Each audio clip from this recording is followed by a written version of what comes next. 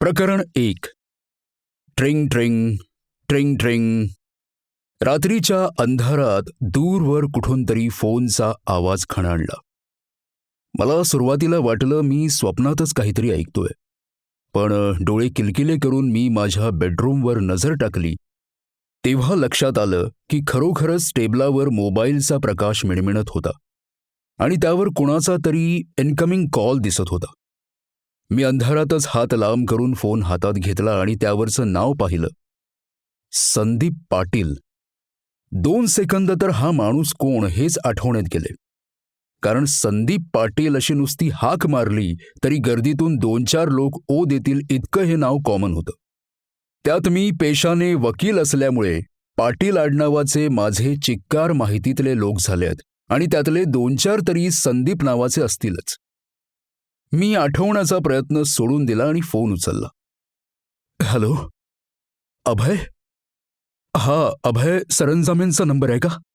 पलीकडून एक घाबराघोबरा आवाज आला. बोलतोय कोण? मी म्हणालो. अरे अभय, मी मी संदीप पाटील. पलीकडचा मनुष्य म्हणाला. तुझा क्लासमेट, न्यू इंग्लिश स्कूल आठवतंय का? अच्छा अच्छा अच्छा, तो संदीप पाटील. त्याची ओळख मला पटली. 10वी पर्यंत हा संदीप पाटील माझ्या वर्गात होता, पण मध्यरात्री हक्काने फोन करावा इतकी आमची काही घनिष्ठ यारी दोस्ती वगैरे नव्हती. मी पुढे म्हणालो, काय रे, इतक्या वर्षांनी कशी काय आठवण काढलीस, आणि तीही एवढ्या रात्री? होय, त्यामागचं कारणही तसंच आहे. तो म्हणाला. मला तुझी मदत हवी आहे. मदत? कशाबद्दल? मी विचारलं. मी एका संकटात सापडलोय रे. त्यातून मला फक्त तूच सोडवू शकतोस असं मला वाटतं. तो म्हणाला. कसलं संकट? काय बोलतोयस तू? मी गोंधळलो.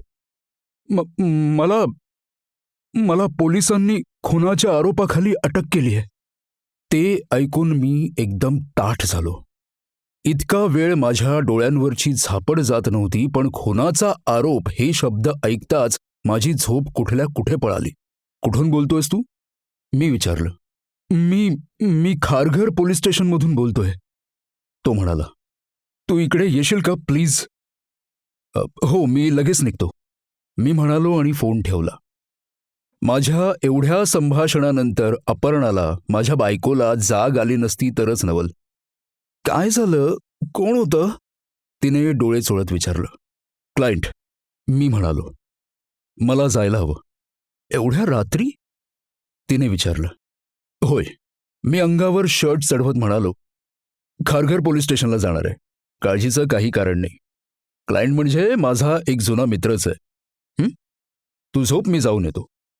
क्लायंटने हाक मारल्यावर मी जाणार नाही असं होणारच नाही हे माझ्या सुज्ञ बायकोला ठाऊक होतं. त्यामुळे सावकाश जाऊन या एवढं बोलून तिने कूस बदलली आणि ती झोपी गेली. मी पायात बूट चढवले आणि बाहेर पडलो. खिडक्यांच्या तावदानांवर पावसाच्या थेंबांचा थडाथड आवाज येत होता, त्यामुळे मला सोबत छत्री घ्यावी लागली. मी दरवाजा बंद करण्याआधी घड्याळावर एकदा नजर टाकली. रात्रीचे 3 वाजले होते. घर्र असा आवाज करत माझी गाडी सुरू झाली आणि मी पार्किंगच्या बाहेर पडलो. माझ्या डोळ्यांसमोर संदीप पाटीलचा चेहरा येत होता. कित्येक वर्षांपूर्वी पाहिलेला. माझ्या वर्गात मी बऱ्यापैकी अभ्यासू मुलांच्या यादीत गणला जात होतो, तर हा संदीप पाटील तेव्हा टवाळक्या करण्यासाठी प्रसिद्ध होता. त्याच्या वडिलांचा कसलासा बिझनेस होता, ज्यामुळे त्याच्या हातात शाळेपासूनच पैसे खेळते असायचे. आमचा शाळेत केवळ नावापुरता संबंध होता आणि पुढे कॉलेजमध्ये तर आमच्या शाखाच वेगवेगळ्या होत्या, त्यामुळे मैत्रीचा कधी प्रश्नच आला नाही. नंतरही 1-2दा योगायोगानेच तो मला भेटला होता, पण 5 मिनिटांच्या वर आम्ही कधीही बोललो नाही. तरीही त्याला आज माझीच आठवण का झाली असावी? या प्रश्नाचं एकच संभाव्य उत्तर होतं, आणि ते म्हणजे मी एक क्रिमिनल लॉयर होतो. मी गेली 4 वर्ष वकिली करत होतो. मी काही फार नावाजलेला वकील नाही हे कबूल करण्यात मला मुळीच कमीपणा वाटत नाही. पहिली 2 वर्ष तर माझी ॲडव्होकेट परांजपे, मुंबईतील अनुभवी सुप्रसिद्ध वकील यांच्या हाताखाली काम करण्यात गेली. मग मी नवी मुंबईत स्वतंत्रपणे प्रॅक्टिस सुरू केली. सुरुवातीच्या 2 केसेस मी अगदी तोंडात मारल्यासारखा हरलो होतो. माझ्याकडे सल्ला मागायला कोणी येईल की नाही अशी परिस्थिती निर्माण झालेली असतानाच दैवयोगाने माझ्या वडिलांच्या एका स्नेह्यांची एक केस माझ्याकडे आली. त्यांच्या गावातील एका जमीनदाराच्या खुनाची केस होती ती. आरोपी गावात राहणारा एक गरीब शेतकरी होता आणि त्याला कोणी मोठा वकील परवडण्यासारखा नव्हता. त्यामुळे मी स्वस्तात काम करायला तयार झालो. पराभवातून कसं शिकायचं याची कला मला फार चांगली अवगत आहे. त्यामुळे मागे केलेल्या चुकांची पुनरावृत्ती न करता मी माझी बुद्धी पणाला लावली आणि खऱ्या खुन्याचा चेहरा सर्वांसमोर आणला. ते प्रकरण वरवर दिसत होतं त्यापेक्षा बरंच खोल निघालं आणि मोठे मासे गळायला लागले. केसचा भरपूर गवगवा झाला आणि माझं नशीब उघडलं. मी प्रसिद्धीच्या झोतात आलो. आता हे केवळ माझं सुदैव होतं की खरोखरच माझी बुद्धी डिफेन्स लॉयरच्या कामाला सरावली होती हे मलाच अजून समजलं नव्हतं. पण निदान पोलिसांचा आणि कोर्टातील लोकांचा माझ्याकडे पाहण्याचा दृष्टिकोन थोडा का होईना पण बदलला. ज्यांचा गुन्हेगारी विश्वाशी संबंध येतो त्यातल्या प्रत्येकाला ही गोष्ट अर्थातच ठाऊक असणार होती. संदीप पाटील हा गुन्हेगारी विश्वाशी संबंधित होता की नाही हे मला माहिती नव्हतं. पण शाळेतील आपला एक वर्गमित्र क्रिमिनल लॉयर आहे इतकं तरी संदीप पाटीलला नक्की ठाऊक असणार होतं आणि त्यामुळेच त्याला या क्षणी माझी आठवण झालेली असणार होती. पावसात माझी गाडी रस्ता कापत पुढे जात होती. रस्ता संपूर्ण रिकामा होता. माझ्या घरापासून खारघर पोलीस स्टेशन साधारण अर्ध्या तासाच्या अंतरावर होतं. पण पावसाने माझ्या वेगाला वेसण घातली आणि मला पोहोचायला थोडा उशीर झाला. स्टेशनसमोर गाडी थांबवून मी आत शिरलो. तिथे एक हेड कॉन्स्टेबल आणि 2 हवालदार नाईट ड्युटीवर होते. नमस्कार वकील साहेब. मला पाहताच खुर्चीवर बसलेला हेड कॉन्स्टेबल पिंगळे म्हणाला. नमस्कार पिंगळे, मी म्हणालो. एवढ्या रात्री इकडे कसं काय येणं केलं? क्लायंटला भेटायला आलोय, मी उत्तरलो. अच्छा, त्या पाटीलने तुम्हाला फोन केला होय? पिंगळे म्हणाला. त्या बेण्याची तुमच्याशी ओळख असेल असं वाटलं नव्हतं मला. माझा क्लासमेट आहे तो, मी म्हणालो. खुनाचा आरोप लावलाय म्हणे तुम्ही त्याच्यावर? होय साहेब, अगदी ओपन अँड शट केस आहे. कुणाच्या खुनाचा आरोप आहे? एका विवाहित महिलेचा खून केलाय त्याने. मिसेस शीतल चौधरी असं तिचं नाव आहे. तिच्या राहत्या घरी जाऊन तिचा खून केल्याचे पुरावे आम्हाला सापडलेत. पिंगळे म्हणाला. कधी घडलं हे? परवा रात्री खून झाला. काल आम्हाला काही पुरावे मिळाले ज्याच्या आधारावर आम्ही त्याला अटक केली. कसले पुरावे? माझ्या प्रश्नावर पिंगळे हसला. काय साहेब, माझ्याकडून सगळंच काढून घेता की काय? आरोपीच्या वकिलाला अतिरिक्त माहिती दिलेली आमच्या साहेबांना आवडत नाही. तो म्हणाला. तुमचे साहेब म्हणजे इन्स्पेक्टर जाधव ना? तोच हे इन्व्हेस्टिगेशन लीड करत असणार. हां बरोबर, पिंगळे उत्तरला. मी गालातल्या गालात हसलो आणि पिंगळेच्या खांद्यावर थाप मारली. बरं, मला माझ्या क्लायंटला भेटायला घेऊन चल आणि त्याच्याशी बोलताना मला आसपास अजिबात कोणीही नकोय. होय साहेब, चला. आम्ही आतमध्ये गेलो. पोलीस ठाण्याच्या मागच्या बाजूला लॉकअप होतं आणि त्याला लागूनच एक बंदिस्त अशी खोली होती. मी त्या खोलीत जाऊन बसलो. काही क्षणातच पिंगळे संदीप पाटीलला त्या खोलीत घेऊन आला. संदीप पाटील मी जशी कल्पना केली होती त्यापेक्षा बराच वेगळा दिसत होता.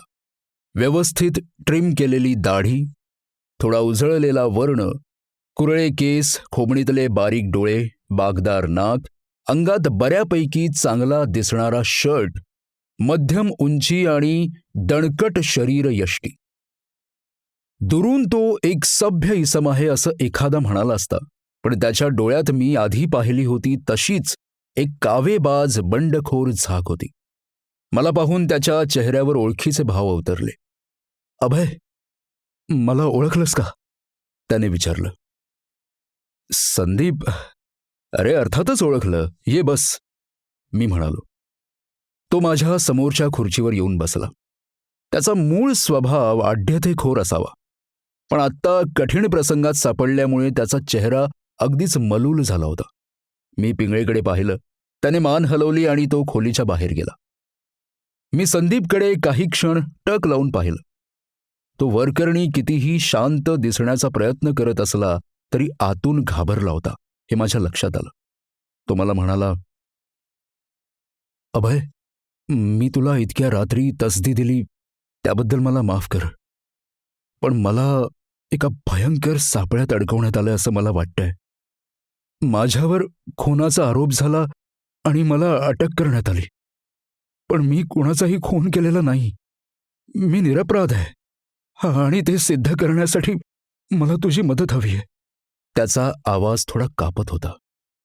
अर्थातच त्याचसाठी मी इथे आलोय, मी म्हणालो. मला आधी सांग, तू मलाच फोन का केलास? तुला माझं नाव कोणी सुचवलं? माझा नंबर तुला कुठून मिळाला? तू एक क्रिमिनल लॉयर आहेस हे मला ठाऊक होतं. तू मागे एक फेमस खुनाचा खटला जिंकल्याची बातमी मी पेपरात वाचली होती. या भानगडीत मला अटक झाल्यानंतर इन्स्पेक्टर जाधवने मला सांगितलं की तो माझ्यावर फर्स्ट डिग्री मर्डरचा आरोप लावणार आहे आणि मला फासावर चढवण्याची सगळी व्यवस्था करणार आहे. मी त्या हरामखोराला परोपरीने सांगण्याचा प्रयत्न केला की बाबा, तू चुकीच्या माणसाला पकडलेस, पण माझं ऐकण्याच्या ऐवजी त्याने मला समोर बसवून माझ्याकडून कन्फेशन काढून घेण्याचा प्रयत्न केला. पण मी गुन्हा कबूल करायला नकार दिला. नंतर पुन्हा लॉकअपमध्ये टाकताना मला पिंगळेने सुचवलं की तुझा कोणी लॉयर असेल तर त्याला बोलावून घे.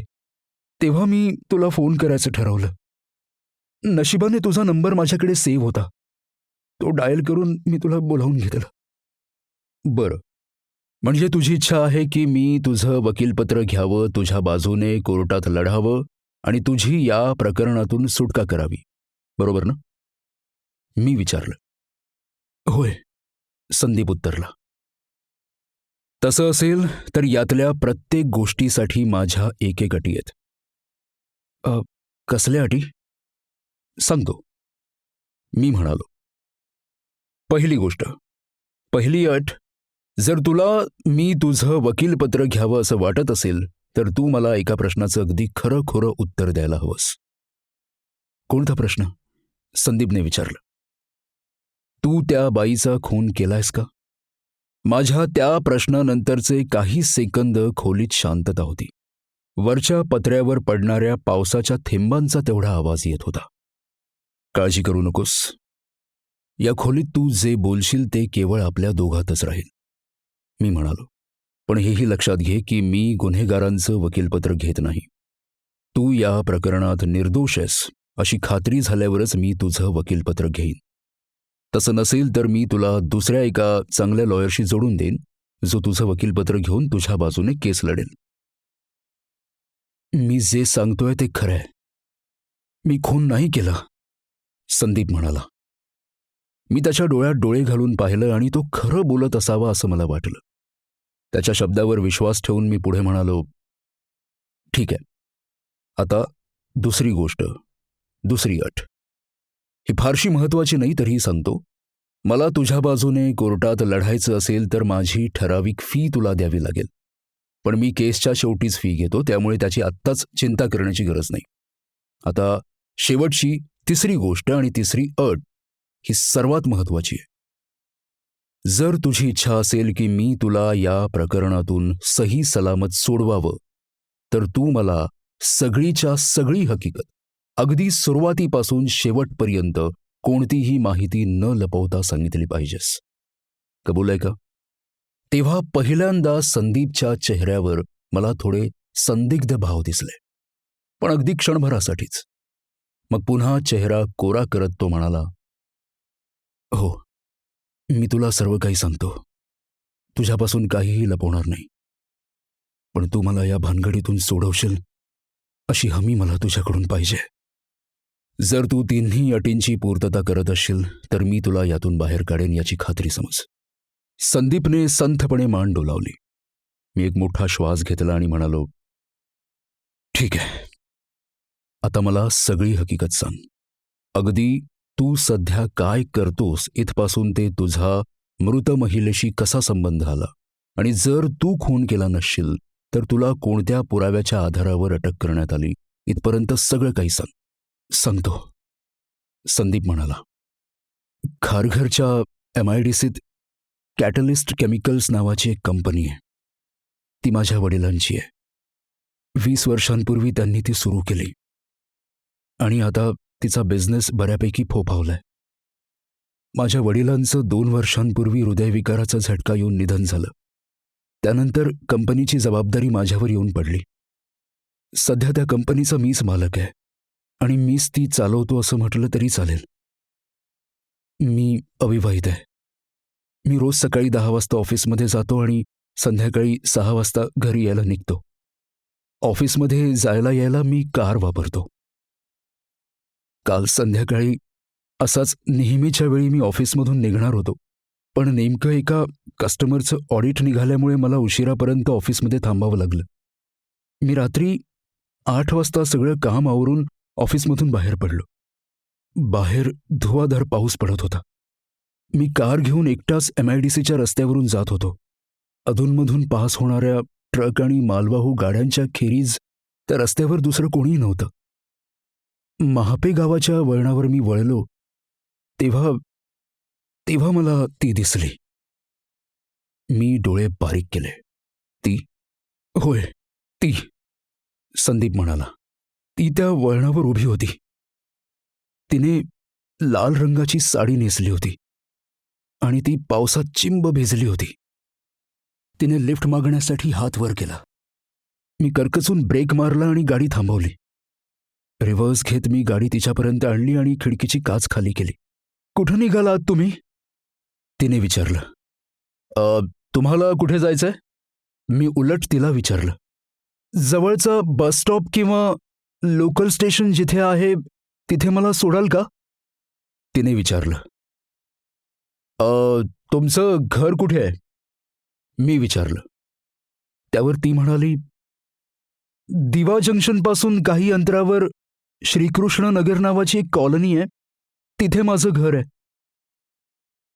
ठीक आहे, चला, तुम्हाला तुमच्या घरीच सोडतो, मी म्हणालो. तिने सुरुवातीला थोडे आढेवेढे घेतले. तुम्हाला तसदी कशाला वगैरे म्हणाली, पण मी आग्रह करताच ती गाडीत बसली. मी तिला विचारलं, if you don't mind me asking, तुम्ही अशा वेळी या निर्मनुष्य भागात कशा आलात? या प्रश्नाचं उत्तर दिलं नाही तर चालेल का? ती म्हणाली.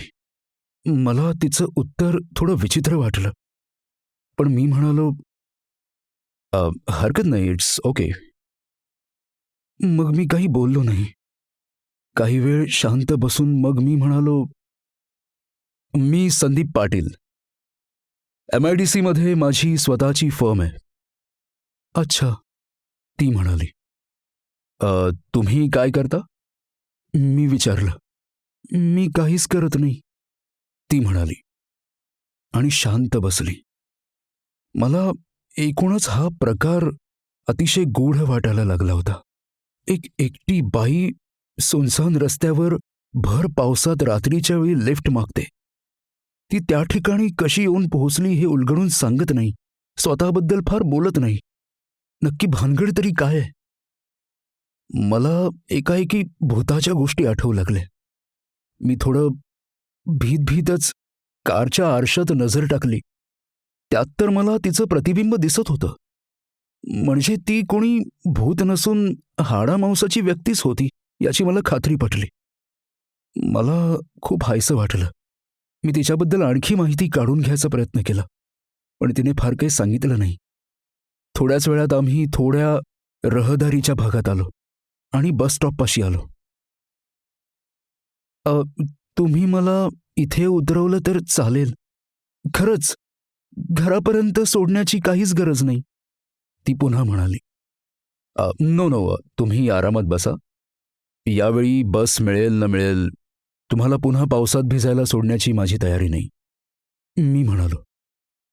ती कबूल झाली. मला आत्ता वाटतंय की मी जर तिला आग्रह केला नसता, तिला तिथंच सोडून गपचूप घरी गेलो असतो तर सगळा अनर्थ टळला असता. पण माझी बुद्धी फिरली होती. तिचे भिजलेले केस, गोरापान चेहरा, इतके मऊ आणि गुळगुळीत गाल की पावसाचे थेंब त्यावर क्षणभरही न थांबता घरंगळत जावेत. लाल चुटूक ओठ, त्यातून बाहेर पडणारा कोमल आवाज, असा की कानांवर कोणीतरी मोरपीस फिरवल्यासारखं वाटावं. आणि तिची ओली होऊन अंगाला चिकटलेली साडी, या सगळ्याने मी अगदी बेहोश झालो होतो. ती कारमध्ये बाजूला बसलेली असताना मी स्वतःवर कसं नियंत्रण ठेवलं होतं मलाच माहीत. मी तिला घरी सोडणार होतो. तिचा जास्तीत जास्त सहवास मला हवा होता. कदाचित तिलाही तेच हवं असेल, कारण आम्ही बसस्टॉपपासून निघाल्यावर तिनेच विषय काढला. तुमचं लग्न या कन्सेप्टवर विश्वास आहे का? मी चमकून तिच्याकडे पाहिलं आणि तेव्हाच माझी नजर तिच्या गळ्याकडे गेली. क्षणभरासाठी माझं हृदय कोणीतरी चिरतंय असं मला वाटलं. तिच्या गळ्यातून ब्लाऊजमध्ये जाणारं मंगळसूत्र पहिल्यांदाच माझ्या नजरेस पडत होतं. म्हणजे तिचं लग्न झालेलं होतं. तुमचं लग्न झालंय?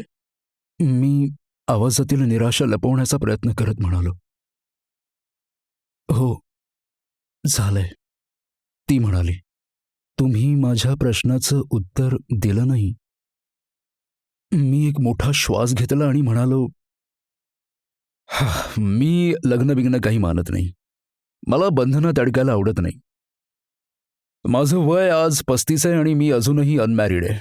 यावरून तुम्ही माझ्या लग्नाविषयीच्या मताचा अंदाज बांधू शकता. खरंच लग्न हे बंधनच आहे, निरर्थक बंधन. मला खंत याची वाटते की हे सत्य मला लग्न झाल्यानंतर समजलं, ती म्हणाली. तिच्या बोलण्याने माझी उत्सुकता चाळवली गेली. मी विचारलं, तुम्ही असं का म्हणता? नक्की काय घडलंय? तुम्ही मगाशी विचारलंत ना, मी MIDCच्या रस्त्यावर भर पावसात एकटी का उभी होते, ती म्हणाली. याचं कारण हे आहे की मला माझ्या नवऱ्याने गाडीतून उतरवलं होतं आणि मला एकटीला सोडून तो स्वतः निघून गेला होता. त्यावर मी भुवया उंचावल्या. तुम्हाला तुमच्या नवऱ्याने तिथं एकटं सोडलं? मी अविश्वसनीय सुरात म्हणालो. होय, ती म्हणाली. माझं लग्न विक्रांतसोबत 2 वर्षांपूर्वी झालं. Arrange marriage. जर त्याचा घमेंडखोर स्वभाव मला आधीच ठाऊक असता तर मी त्याच्याशी लग्नच केलं नसतं. तो कधीच कोणा दुसऱ्याचं ऐकून घेत नाही. सगळं स्वतःच्या मनाप्रमाणे व्हायला हवं. घरचं जेवण पाहिजे, बाई ठेवायला नको म्हणून त्याने मला हाऊसवाईफ बनवलं. मला काय हवंय ते कधीच विचारलं नाही. सतत माझ्यावर चिडचिड केली. आणि आता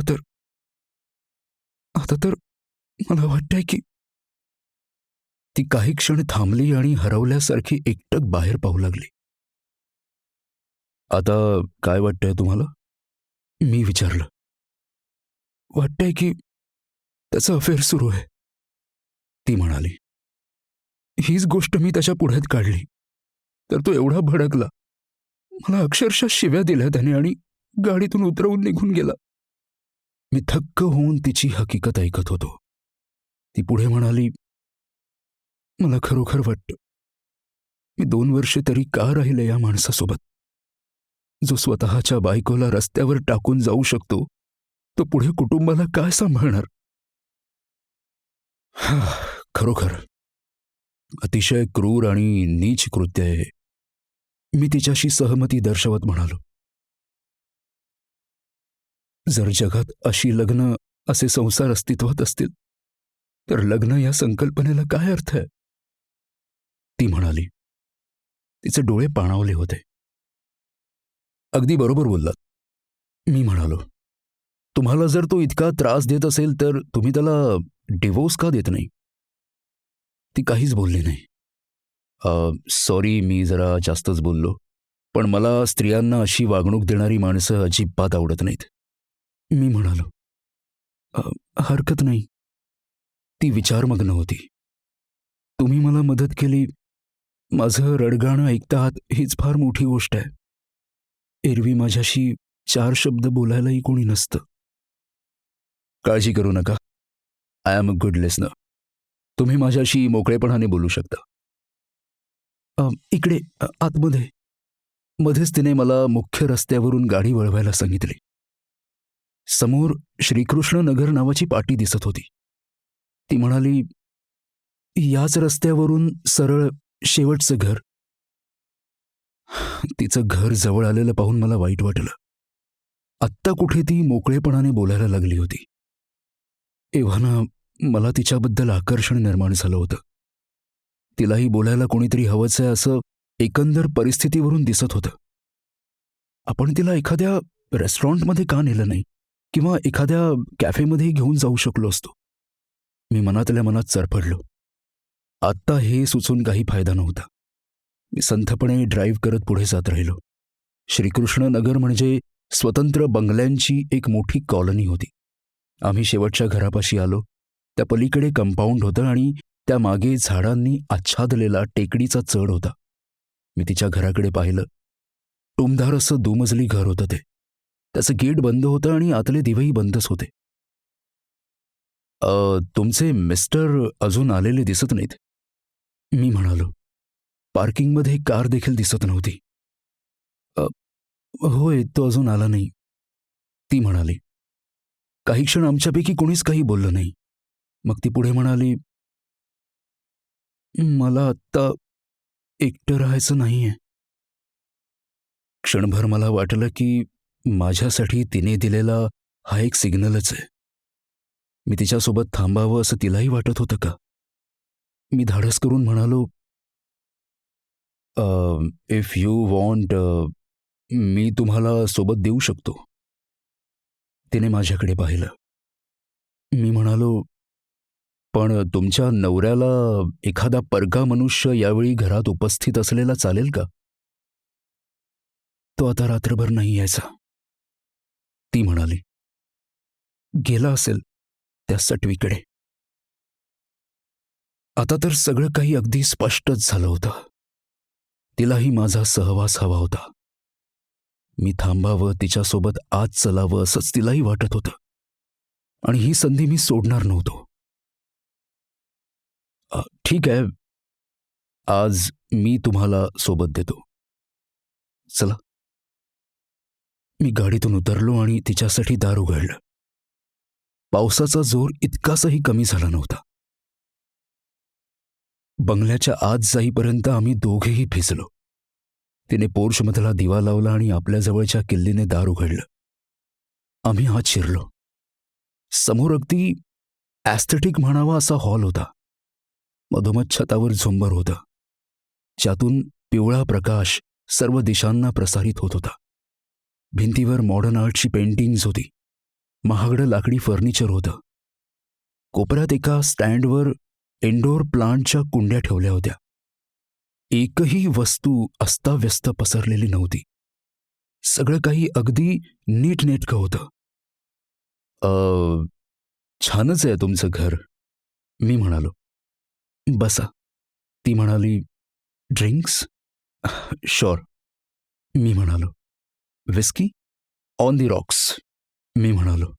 घटना अशा घडत होत्या की मला स्वतःला थांबवणं शक्यच नव्हतं. ती आतमध्ये गेली आणि एक विस्कीची बाटली, 2 ग्लास आणि आईस ट्रे घेऊन आली. तिने ते सगळं टेबलावर ठेवलं. तिच्या ओल्या अंगावरून माझी नजरच हटत नव्हती. बसा, सोफ्याकडे निर्देश करत ती म्हणाली. तेव्हा मी भानावर आलो. आम्ही समोरासमोर बसलो. तिने ग्लासमध्ये आईस क्यूब्स टाकले आणि त्यावर विस्की ओतली. आम्ही ग्लास उचलले. चिअर्स, मी म्हणालो. मी ग्लास ओठांना लावेपर्यंत तिने ग्लास रिकामाही केला होता.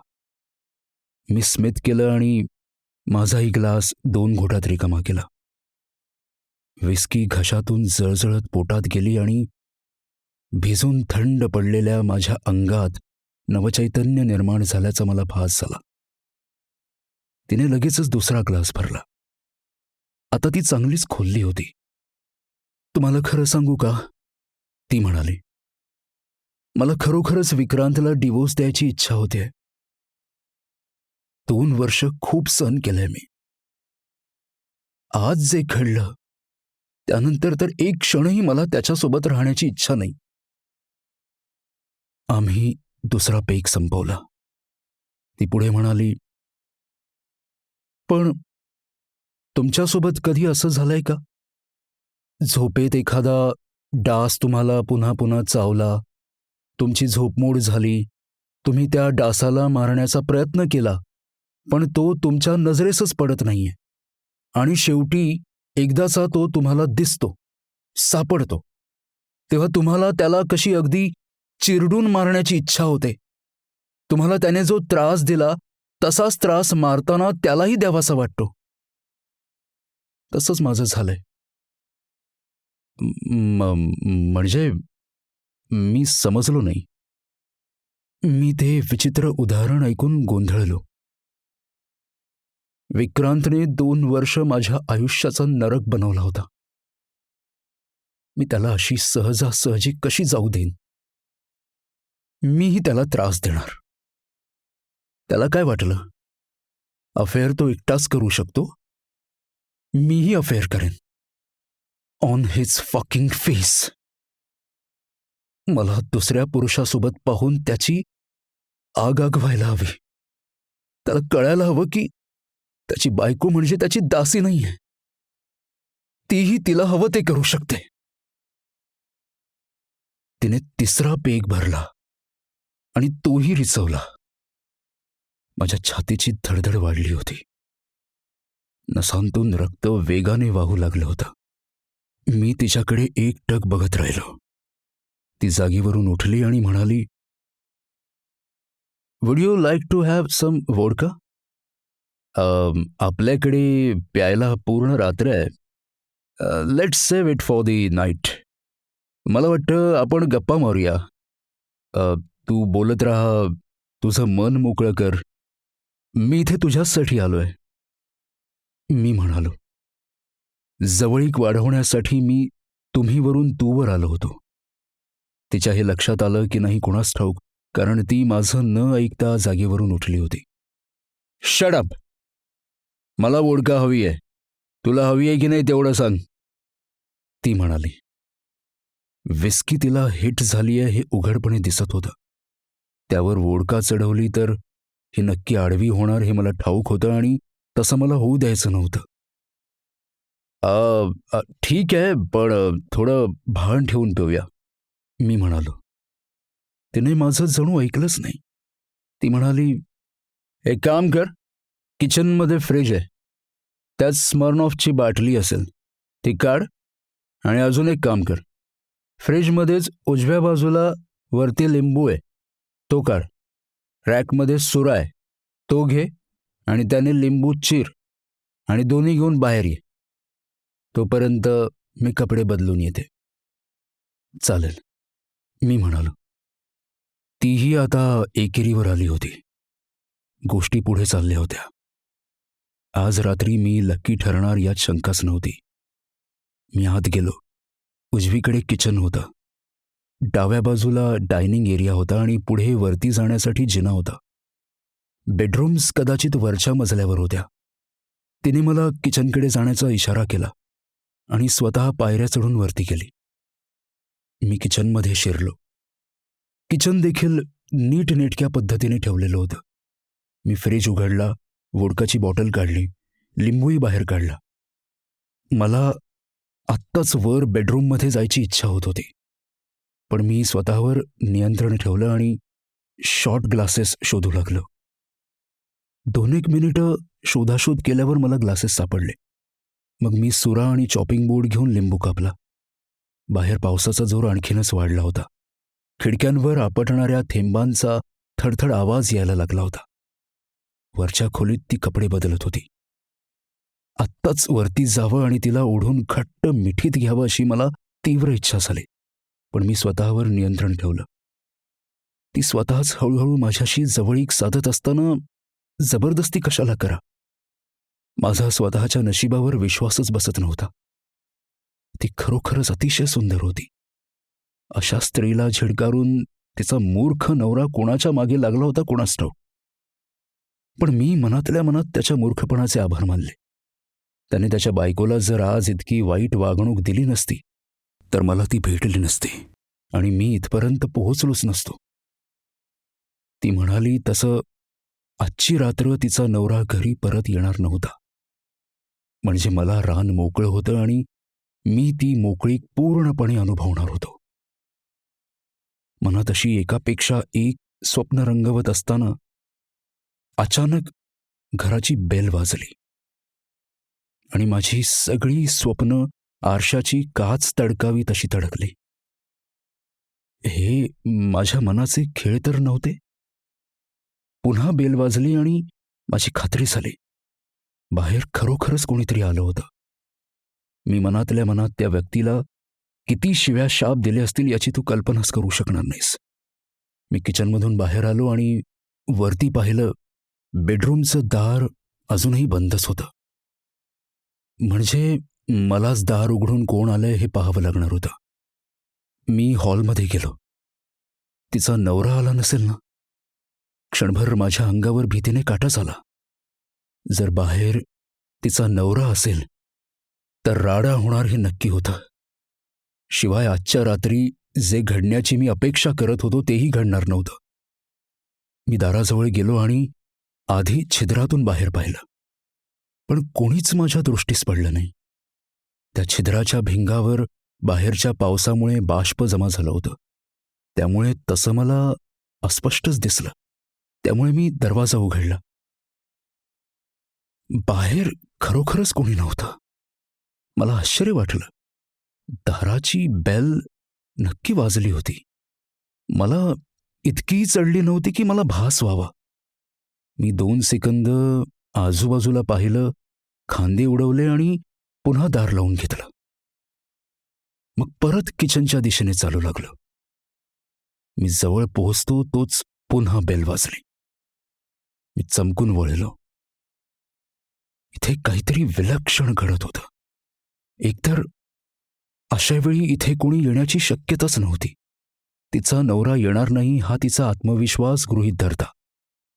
तरीही बेल वाजत होती आणि पाहिलं तर बाहेर कोणी दिसतही नव्हतं. मी पुन्हा मागे गेलो आणि यावेळी झपकन दरवाजा उघडला.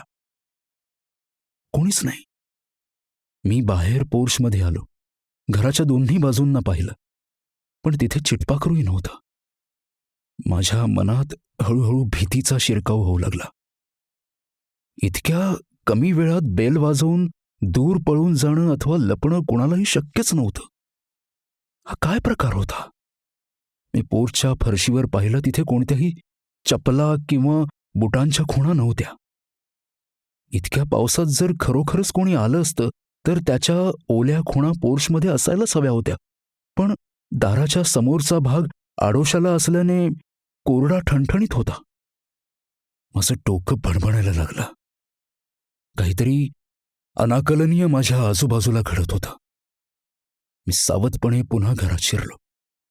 यावेळी दार उघडच ठेवलं. हॉलमध्ये पसरलेला पिवळा प्रकाश आता चमत्कारिक वाटायला लागला होता. पावसाच्या आवाजात दडलेली तिथली शांतता आता गूढ वलय धारण करते असं वाटत होतं. आणि ती कुठे होती? मी संथपणे एक एक पाऊल टाकत किचनपाशी आलो आणि वरती पाहिलं. मघासारखं बेडरूमचं दार आता बंद नव्हतं, पण ते आड केलेलं होतं. त्याच्या फटीतून आतल्या प्रकाशाची चीर मला दिसत होती. अजूनही ती वरतीच होती. कपडे बदलायला इतका वेळ लागतो का? मी तिला हाक मारण्यासाठी तोंड उघडलं, पण माझ्या लक्षात आलं की तिने मला तिचं नाव सुद्धा सांगितलेलं नाहीये. ती एकटी रस्त्यावर भेटली, तिच्यासोबत आपण इथपर्यंत आलो. तिने नवऱ्याच्या अफेअरची काहीतरी कहाणी सांगून आपली सहानुभूती मिळवली. आपल्याला जवळीक करण्याचे भरपूर ग्रीन सिग्नल दिले. हे सगळं अविश्वसनीयच नव्हतं का? एक विवाहित स्त्री एका अनोळखी तरुणाला घरी घेऊन येते, त्याच्यासमोर विस्की पिते, कपडे बदलण्यासाठी वरती जाते आणि गायब होते. बेल वाजते पण बाहेर कोणीच दिसत नाही. याचा अर्थ काय होता?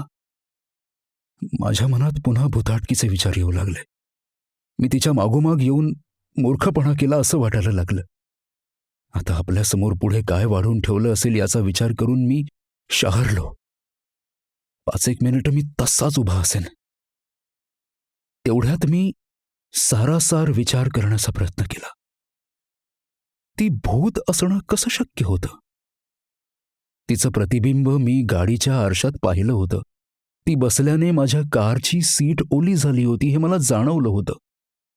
मी झटकन वळून हॉलमधल्या टेबलाकडे पाहिलं. तिथे विस्कीचे 2 ग्लास होते. म्हणजे आम्ही तिथे बसून काही वेळापूर्वी खरोखरच पेग्स मारले होते. नाही, ती भूत वगैरे असणं शक्यच नाही. ती एक जिवंत हाडामांसाची व्यक्ती होती. पण मग ती इतका वेळ वरती काय करत होती? खाली का येत नव्हती? अखेर मी सगळं धाडस एकवटून हाक मारली. हॅलो. माझा आवाज कापत असल्याचं मला जाणवलं. हॅलो. झाले का कपडे बदलून तुझे? मी 10 सेकंद वाट पाहिली, पण मला वरून काहीही उत्तर मिळालं नाही. मी पुन्हा आवाज चढवून विचारलं, इथे वोडका तयार आहे, येतेस का? पुन्हा काहीच उत्तर नाही. तू येणार नसशील तर मी जाऊ का? तरीही नाही. माझ्या प्रश्नानंतर पुन्हा तीच शांतता. केवळ बाहेर कोसळणाऱ्या पावसाचा आवाज. बेडरूमच्या दारातून जी प्रकाशाची तिरीप येत होती तीही अतिशय स्थिर होती. आतमध्ये कोणतीही हालचाल होत असल्याचं त्या प्रकाशावरून दिसत नव्हतं. अचानक मला आठवलं, तिने विस्कीचे 3 पॅग एकापाठोपाठ एक बॉटम्स अप केले होते. त्याचा परिणाम होऊन ती वरती जाऊन आडवी झाली की काय? आणि तो विचार मनात येताच माझ्या डोक्यावरचा तणाव एकाएकी कमी होत असलेला मला जाणवला. हे आपल्याला आधीच का सुचलं नाही? असंच घडलेलं असणार. बायकांसाठी विस्की म्हणजे अतिच हार्ड ड्रिंक. तिने कदाचित याआधी कधी घेतलीही नसावी. त्यामुळे तिला हिट झाली असणार आणि तिची शुद्ध हरपली असणार. एकदा वरती जाऊन पाहायला हवं असं मला वाटू लागलं. मघापासून उगाचच आपण वेड्यासारखा काहीतरी विचार करत बसलो. मी जिन्याच्या पायऱ्यांकडे वळलो. एक पायरी अतिशय सावधपणे चढत मी वरती जाऊन पोहोचलो. समोर एक बेडरूम होती जिचं दार बंद होतं. उजव्या बाजूला दुसरी बेडरूम होती जिथे ती कपडे बदलण्यासाठी म्हणून गेली होती आणि जिचं दार अर्धवट उघडं होतं. मी पुढे झालो. मनाची कितीही समजूत घातली असली तरीही माझे पाय लटपटत असल्याचं मला जाणवलं. हॅलो. हॅलो. मी आत जाण्याआधी एक शेवटची हाक मारली. आतून उत्तर आलं नाही. मग मनाचा हेया करून मी अखेर दार ढकललं. समोर जे दृश्य मला दिसलं ते पाहून विजेचा झटका बसावा तसा धक्का मला बसला. मेंदूची संवेदना कोणीतरी शोषून घेत आहे असं वाटलं. डोक्याला मुंग्या आल्यासारखं झालं. समोर फरशीवर ती आडवी पडली होती. तिचा गळा चिरलेला होता. त्यातून लाल भडक रक्ताचा पाट वाहिला होता. त्या रक्ताने सगळी फरशी भरून गेली होती. तिचं शरीर निश्चल होतं आणि तिचे निष्प्रहण डोळे छताकडे टक लावून पाहत होते.